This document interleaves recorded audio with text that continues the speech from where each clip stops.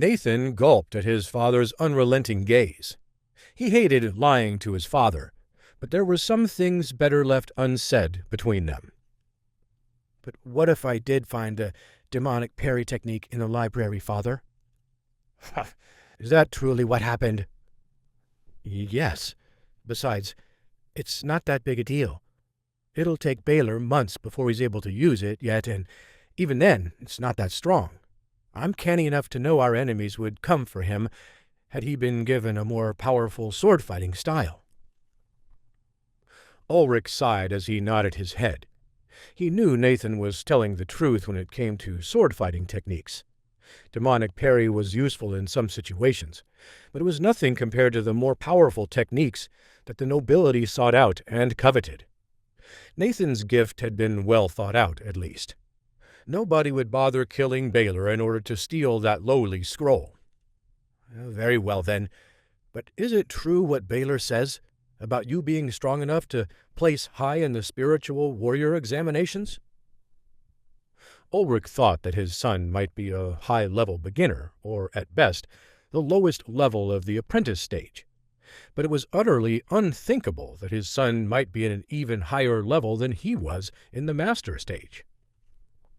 What do you believe, Father? Do you think I have a shot at a high placement? Don't toy with your old man, lad. I know you must be at least an upper-level beginner. Ulrich watched to see his son's reaction. If my son really is an upper-level beginner, he will at least someday reach a higher level of the apprentice stage. In truth, however, I suspect my son's talents will someday propel him to the lower end of the master levels. Ever since the accident, he's had a look in his eye that urges me to think that he's got a bright future ahead of him. He had no way of knowing that Nathan was already well beyond the strength he someday wished his son would reach. However, Nathan wasn't certain he wanted his father to know exactly how strong he was just yet. In truth, Father, I'm not certain what level I am at the moment. I guess I'll just have to do the exam and see what happens. Nathan had to stifle a chuckle. He knew in his heart that the examination was barely a concern at all. He had zero doubts about his strength when compared to others of his own age. Ulrich rose from his chair and finally noticed the icing on his beard. He jokingly scolded his son as he washed his face clean in a saucer of water. Splash, splash, splash. Enough beating around the bush. I'm certain you're stronger than Baylor is. With that in mind, I have no doubt you'll do us all proud, regardless of your placement number. Anyways, I've much work to do. Happy birthday, Nathan. Ulrich turned to leave the room, but as he opened the door, Nathan also stood. Father, please, before you go, I've also got a gift for you. Ulrich's brow raised when he turned to see Nathan offering up another scroll from his pocket. Hey, you little rascal. I'm the one who's supposed to get you gifts on your birthday. How dare you grant me a new sword technique? But Ulrich never finished his joke. Instead, his eyes soared over the sketches on the scroll, amazed by the power of the movements. The elemental slice technique? This is far from a basic sword art technique. Hey, where did you... Before Ulrich could finish his sentence, he realized Nathan had already slipped out of the room. Ulrich could only chuckle as he shook his head. Nathan, lad, you're full of surprises. Baylor, Graham, where have you been? These farming tools don't sell themselves, you know. Baylor caught his breath and leaned against a tree as his father, Podrick, approached him. Baylor wiped the sweat from his brow, threw his wooden training sword into a bush, and pretended to be stretching. Baylor has spent the morning struggling to learn the very first movements of the demonic parry technique. He'd grown frustrated as the sun had risen high into the sky and had completely forgotten about his duties back at his father's shop. Father, what a delight to see you. I was just stretching, warming up to sell some plows. I suppose you'd like me to believe that wooden training sword grew out of that bush over there and didn't come from the hayfield boy? Ever since young Master Nathan's birthday, you've been shirking your duties." Podrick loomed over his son as Baylor reluctantly nodded his head. "I'm sorry, Father. I'll come with you at once." Podrick had used up his entire life savings to be able to afford to send his son to Godricshall to attend the Academy of the Mystic Blades. When he found out that his son had withdrawn from the school, he was furious. "Sure, he did the honorable thing, sticking by the hayfields, but what about the Graham family's honor? What about the fortune I spent on his future that's gone down the drain? I swear, sometimes that strange son of mine seems to only think of himself. If I'm not careful, he'll be the end of me." Although Podrick was eternally loyal to House Hayfield and had no ill will toward Nathan, he couldn't help but resent what had happened. It had taken a decade for Podrick to raise the funds they had needed to give Baylor a chance at a better life, and now, with the decline of the Hayfield family even more prominent, Podrick's shipments of goods were often held up by bureaucrats or stolen by thieves. Even when the shipments weren't detained, Podrick couldn't help but notice the influx of impoverished beggars pleading for food on roads into and out of town. He did his best to help when he could, but that meant he wasn't exactly making money hand over fist. At one point, Podrick had even considered starting over and leaving Dunshire for another hamlet across the fiefdom.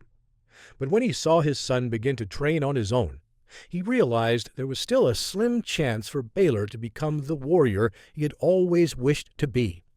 After all, in the past 2 years, Baylor had improved by 2 levels in the time it took most other students to improve by only half a level. So even now, after everything, he still supported Baylor's dreams, as long as he worked toward them after hours when the family shop was closed. As Podrick saw Baylor's head lower, he couldn't help but sigh. "Hold on a second. You might as well grab your practice sword before we return." Baylor perked up, nodded, and ran into the bushes to retrieve his wooden sword. "So, son, tell me, how was young Master Nathan's birthday party? What spiritual fighting level has he reached now?" Baylor chuckled as he returned from the bushes with his wooden sword and did a few practice moves, slashing at the air. "Oh, I'm not sure, but whatever it is, it's much stronger than mine. That much I'm certain of." Podrick's eyes widened when he saw his son's sword strikes. "Of course. Naturally, that makes a lot of sense. Tell me, Baylor, what blade work have you been practicing? Where did you learn to strike like that?" Podrick's family only knew of 2 fairly weak sword styles, and clearly this was not one of them. Whatever Baylor's movements were, they weren't traditional Graham family fighting techniques. "Oh, this? This is the demonic parry technique. Pretty cool, huh? Nathan gifted it to me at his birthday celebration. He told me to practice it every day until I reached beginner level 6. Here, want to see it?" Baylor withdrew the scroll from his pocket and showed it to his father. Podrick's eyes widened. He was silent for a long time, then handed the scroll back to his son. "Very well, then. I'm off." Podrick turned and started walking back toward town. "Father, wait! I thought you needed me at the shop." "Forget the shop. Nathan Hayfield has granted you a powerful fighting form. You must master it as soon as possible. Is that understood?" "Yes, Father, but where are you going?" "To thank him properly, you silly goose of a son. You have no idea how valuable this new form is. As your father, it's my duty to make it known to the Hayfields how thankful House Graham truly is for their generosity." As Podrick retreated toward the hamlet, all Baylor could do was shrug and go back to practicing his strikes. This time, he focused on a particularly large elm tree. Whack! Crack! Whack! As the tree began to shake under his blows, Baylor couldn't help but smile. Knock, knock, knock. Podrick knocked on the front door of the Hayfield Manor until finally a guard opened up. What's the matter, Podrick?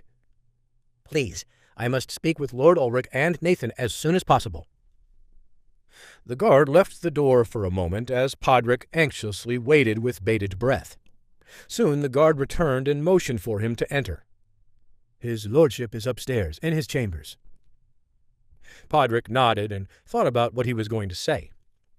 Spiritual sword-fighting techniques were not something most ordinary people had access to. Most noble families inherited them from their ancestors and only had knowledge of a couple of different styles. For a commoner family like the Grahams to have any at all was extremely fortunate. Therefore, a gift of this magnitude was out of the ordinary, and the Grahams would forever view the technique as a precious family heirloom. It was possible that such a powerful technique could one day lead to the Graham family's ascension into nobility through the nobility examination. If they practiced this style properly for generations, perhaps it was indeed possible for their family name to rise above a simple merchant's status. It was for these reasons that Podrick had prepared a number of gifts from his shop on his way over to the Hayfield Manor. There were few things the Hayfields did not possess in town, given the fact that they ruled over the small hamlet, but Podrick was certain at least one gift to Amelia would spark joy in them all. Finally, Podrick stood before Ulrich in his chambers, having just expressed his reasoning for coming over. My dear friend Podrick, why make such a fuss over such a small matter? My Lord Ulrich, the matter may be small to you, but to my family it is a massive honor. I witnessed first-hand the movements Nathan gave my son. I do not exaggerate when I say I was moved by its power. It's nothing. I'm happy to hear you like it, that's all. But I feel that I have not done enough to deserve this gift, my lord. We have made no contributions worthy of such a reward. Podrick, please, this is a matter between children.